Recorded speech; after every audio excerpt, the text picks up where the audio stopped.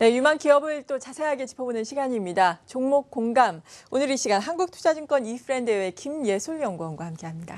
어서 오세요. 네, 안녕하세요. 네, 어떤 기업에 대해서 좀 알아볼까요? 네, 오늘 소개해드릴 기업은요, 부강약품에 대해서 말씀을 좀 드려보겠습니다. 네. 최근 시장이 낙폭과대 대형주 쪽에 순환매가 돌고 있습니다. 이러한 부분들 전반적으로 업황이 개선되어서 상승을 움직인다기보다는 절대적인 락바텀 구간에서의 가격 반발 매수로 인한 반등이라고 좀 생각이 되는데요. 이러한 턴에서 또 안정적이고 이 내실 성장과 함께 배당에 대한 매력을 보유하고 있는 종목군들 여전히 하반기 내내 포커스를 맞춰야 된다고 생각을 하고 있습니다. 그러한 좀 관점에 부합할 수 있는 종목이라고 판단이 돼서 오늘 부강약품에 대해서 말씀을 드려볼 예정이고요. 네. 일단 제약사기 때문에 이 회사가 이제 판매하고 있는 이제 대중에게 좀 친화적인 제품부터 좀 말씀을 드려보면은요. 대중적으로 널리 알려진 제품으로는 빈혈 치료제, 회로바라든지 변비 치료제, 아락실, 그리고 의약 외품 기능성 치약인 시린메드 이러한 제품들을 생산을 하고 있습니다. 그 밖에 이 회사 같은 경우는 이제 전체 매출 중에 83% 정도가 전문 의약품 쪽에서 매출단을 이루고 있고요. 그 가운데에서 이제 오리지널 의약품에 대한 매출 비중이 약 74% 정도에 이르고 있는 구조를 갖고 있습니다. 전문 의약품으로는 당뇨병성 신경증 치료제, 치옥타시드라든지 간질환 치료제인 레가드 이러한 제품군들을 좀 들을 수 있습니다. 네, 근데 지금 말씀해주신 오리지널 의약품이라는 게 구체적으로 어떤 건가요? 네, 이제 외국계사에서 이제 오리지널 자체 그 판권을 갖고 와서 이제 유통을 시키는 그러한 약품이라고 좀 볼 수 있을 것 같은데요. 그 부분에서 이제 장점이라고 말씀드리는 부분 조금 이따가 또 말씀을 드리도록 하겠고요. 네. 이 국내 제약 시장에서 제네릭이 아닌 오리지널 약품에 대한 시장이 앞으로 더 성장할 수 있다는 것에 좀 포커스를 두고 있습니다. 이 정부가 2012년도부터 약가 인하 정책을 추진을 하고 있고 또 최근 리베이트와 관련해서도 투아웃제라든지 쌍벌제 굉장히 강화해서 지금 시행을 하고 있습니다. 이러한 그 정책적인 배경과 함께 이 오리지널 약품에 대한 점유율이 지속적으로 확대가 되고 있는 상황이고요. 실질적으로도 외자사에 대한 시장 점유율이 좀 상승 추세를 보이고 있는 반면에 이 상위사, 국내 제약 상위사들의 시장 점유율은 좀 하락을 보이고 있는 상황입니다. 일단 추가적으로 말씀드릴 수 있는 부분은요. 2012년 4월 달에 이제 제네릭 약가 제도에 대한 개편 이후에 이 제네릭 약가는 특허 만료 전에 이제 55% 정도 일괄 인하하게 되었습니다. 그렇기 때문에 이제 특허가 만료된 의약품에 있어서는 저가 매력이 없어졌기 때문에 이러한 그 오리지널 의약품 비중이 높은 제약사들의 관심을 좀 둬야 된다라고 생각을 하고 있고요.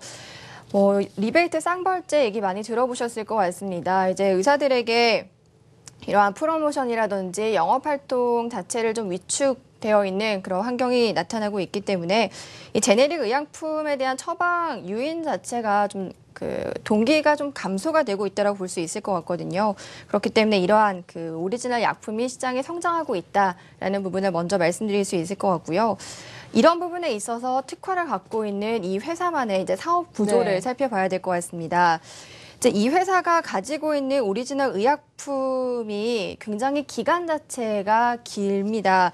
대품의 이 품목의 출시 연도가 10년 정도 된 품목들이 많은 상태이고요.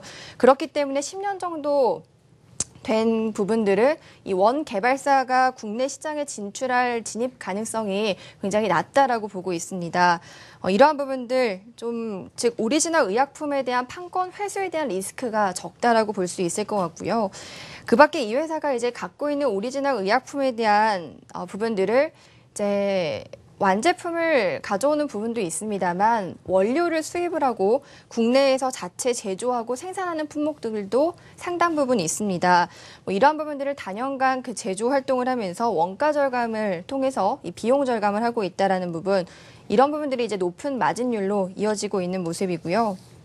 전체 매출액 대비 74% 정도 차지하고 있기 때문에 이러한 강점을 좀 사업 구조에서 살펴볼 수 있을 것 같습니다. 네, 매출 비중의 70%를 넘게 차지하고 있는 오리지널 의약품 부분 외에도 어떤 모멘텀이 또 따로 있나요? 네, 가장 중요한 거는 제약사들이 이제 R&D, 신약 파이프라인이라든지 그 밖에 앞으로 어떠한 중장기적인 성장 동력을 신규 제약 품에서 가져올 수 있을지를 살펴봐야 될 것 같은데요. 네.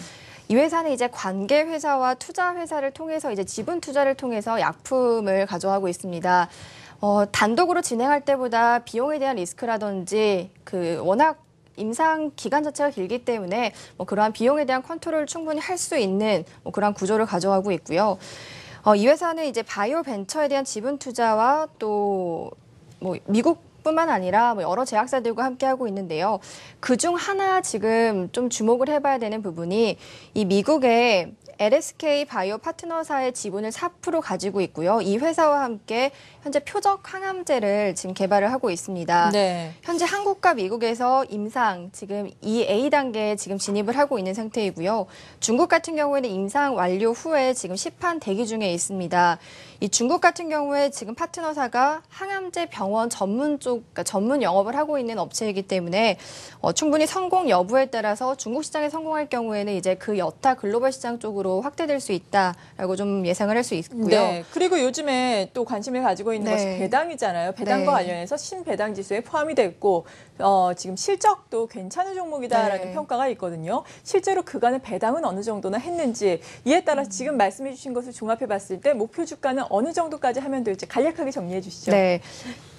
일단 최근 5년 동안에 3% 정도의 배당 수익률을 보이고 있습니다. 네. 지금 2% 기준금리에 0.1%가 높다라고 하면은 배당에 대한 메리트를 보유하고 있다라고 볼 수 있을 것 같은데요. 이러한 부분들 상해 제약사들 한미약품이라든지 유한양의 대웅제약에 비교해 봤을 때 가장 높은 배당 수익률을 보이고 있는 업체다라고 말씀을 드릴 수 있고요. 실적을 말씀드리게 되면은 앞서 배당 수익률이 가장 높다라고 안내를 드렸는데 영업이익률도 마찬가지입니다. 21% 정도를 유지를 하고 있는 상태이고 올해 지금 영업이익 10% 정도 증가할 것으로 보고 있습니다. 그리고 내년도 이 매출단의 외형 성장과 함께 앞서 마진율이 좋은 상품들이 많다라고 말씀을 드렸고요. 전반적으로 영업이익률 견조하고 PER 19배 정도 수준에서 거래가 되고 있기 때문에 충분히 안정적인 내실과 배당에 대한 메리트로 하반기에 충분히 접근 가능하다라고 안내를 드리겠습니다. 목표가는 95,000원 그리고 손절가는 78,000원으로 안내 드리겠습니다. 95,000원이라고요? 지금 부강약품이 23,100원인데요. 아, 네. 제시가 잘못됐군요. 네. 23,000원이고요. 손절가 라인은 60일선으로 말씀드리겠습니다. 네, 잘 알겠습니다. 부강약품에 대해서 알아봤습니다. 한국투자증권 이프렌드웨어 김예솔 연구원이었습니다. 고맙습니다. 네, 감사합니다.